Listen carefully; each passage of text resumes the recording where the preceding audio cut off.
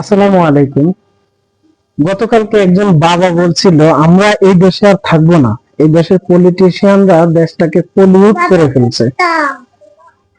যেভাবে এই কথা বলছেন, গতকালকে তার ছেলে, তার সন্তান মাইলস্টোন স্কুলের মধ্যে ক্লাসরুমে বসেছিল, তার উপর বিমান ক্র্যাশ করে, মানে যুদ্ধ বিমান ক্র্যাশ করে সে ওইখানে পুড়ে মারা গেছে। এখন এই দায়টা আসলে কার? সরকারের, জনগণের, না কার? যারা নীতি নির্ধারক, না বিমান বাহিনী? কার আসলে?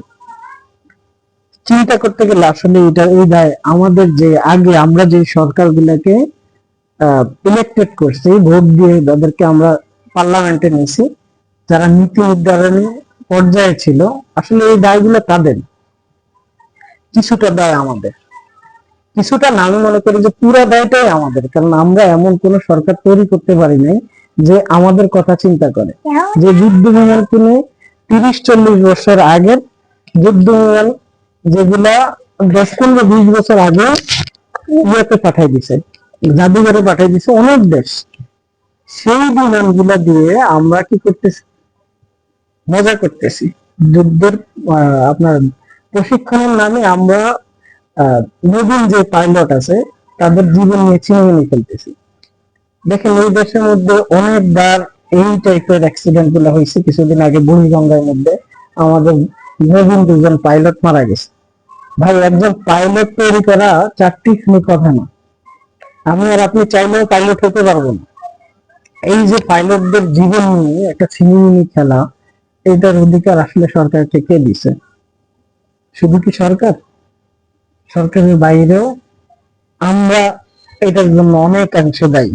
আমরা আওয়াজ তুলতে পারিনি।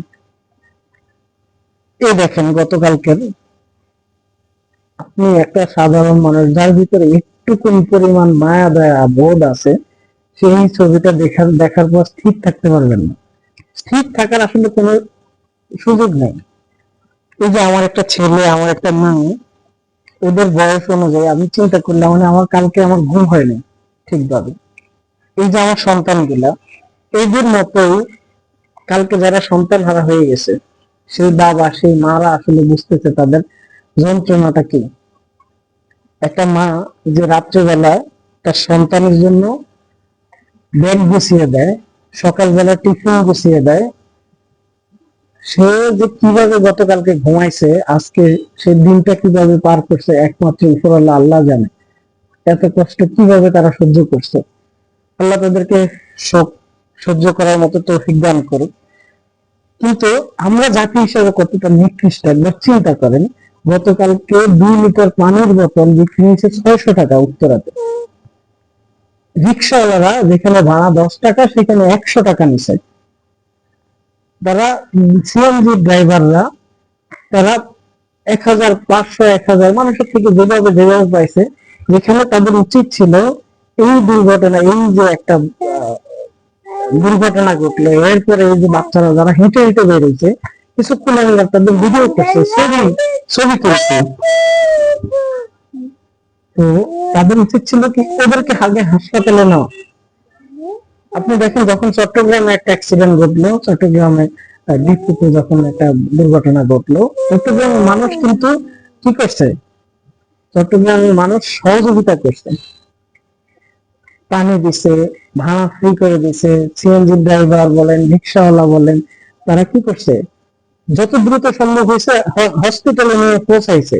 কারণ একটা মনুষ্য রোগীর সবচেয়ে বড় মানে বাঁচানোর মালিক তো আল্লাহ, তার উপরে কোনো কথা নেই। কিন্তু তার যদি প্রাথমিক চিকিৎসাটা সাথে সাথে হয়, তাৎক্ষণিক হয়, তাহলে মৃত্যুর হারটা অনেকাংশে কমে যায়। তো গতকালকে যেটা দরকার ছিল, রিক্সাওয়ালারা যদি একটু হেল্প করতেন। প্রত্যেক দিনই তো আপনি ভাড়া বেশি নিচ্ছেন। আমরা যখন রিক্সায় উঠি, 10 টাকা, মানে আপনার রিক্সা ভাড়া যা, তার চেয়ে 10-15 টাকা, 20 টাকা বেশি দিই, সবাই দেয়।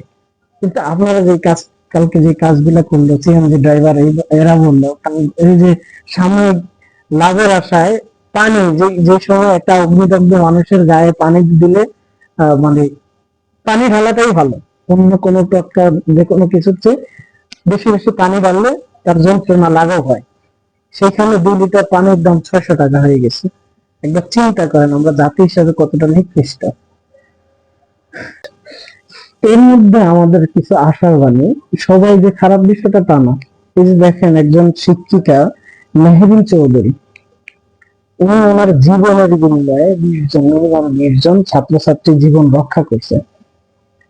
উনি যেমন আমাদের প্রাউড, তেমনি আমাদের দুঃখ আছে। দুঃখটা হলো গতকালকে রিক্সাওয়ালা, ভ্যানওয়ালা, সিএনজি ওয়ালা, এই সব কুলাঙ্গার দোকানদার যারা গতকালকে সুযোগ নিছে, এই সুযোগটা নিছে, তার নালক তাদের উপর পড়ুক।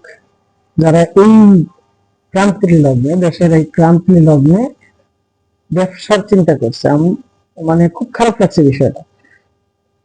দ্বিতীয়ত হলো 3 কোটি মানুষ যে শহরে বসবাস করে, প্রায় 3 কোটি মানুষ, সেই শহরে আসলে এই ধরনের বিমানের প্রশিক্ষণ কতটা যুক্তিযুক্ত এটা বাইরে কোথাও নেওয়া যায় না। যেখানে জনসংখ্যা এরকম ঘনবসতি নেই, এই ঘনবসতির বাইরে কোথাও কি এই যুদ্ধ বিমানের প্রশিক্ষণটা নেওয়া যায় না? ইভেন এরকম বিমান আমাদের আরো 11টা আছে। এখন আপনি বলেন আরো 11 জন তরুণ নবীন যে পাইলট, তাদের জীবনের বিনিময়, মানে এই বিমানগুলো, এই বিমানগুলো কেন ডিকমিশন করা হচ্ছে না, কেন এগুলার অবসরে পাঠানো হচ্ছে না? আপনারা কি চান আরো 11 জন পাইলটের জীবন যাক এইভাবে? তাদের জীবনের কি কোনো মূল্য নাই? তো আপনারা যেটা করেন, আমাদের শোক দিবসের দরকার নেই। যেই ছেলের ছেলে মেয়েগুলা, ছাত্রছাত্রী গুলা অসুস্থ হয়ে আহত হয়ে হাসপাতালে আছে, তাদের চিকিৎসার ব্যবস্থা করেন, উন্নত চিকিৎসা, যেখানে গেলে তারা উন্নত চিকিৎসা পাবে তাদের সেই চিকিৎসার ব্যবস্থা করেন। সেকেন্ডলি, ভবিষ্যতে যাতে এই ধরনের ক্র্যাশ না হয়, এমন গোলযোগ, এমন ফিটনেস বিহীন বিমানগুলো আপনারা ডিকমিশন করেন, এগুলাকে অবসরে পাঠান, নতুন বিমান আনেন। আমরা দরকার হলে ঘাস খেয়ে থাকবো, আপনারা ভালো ভালো সমরাস্ত্র আনেন।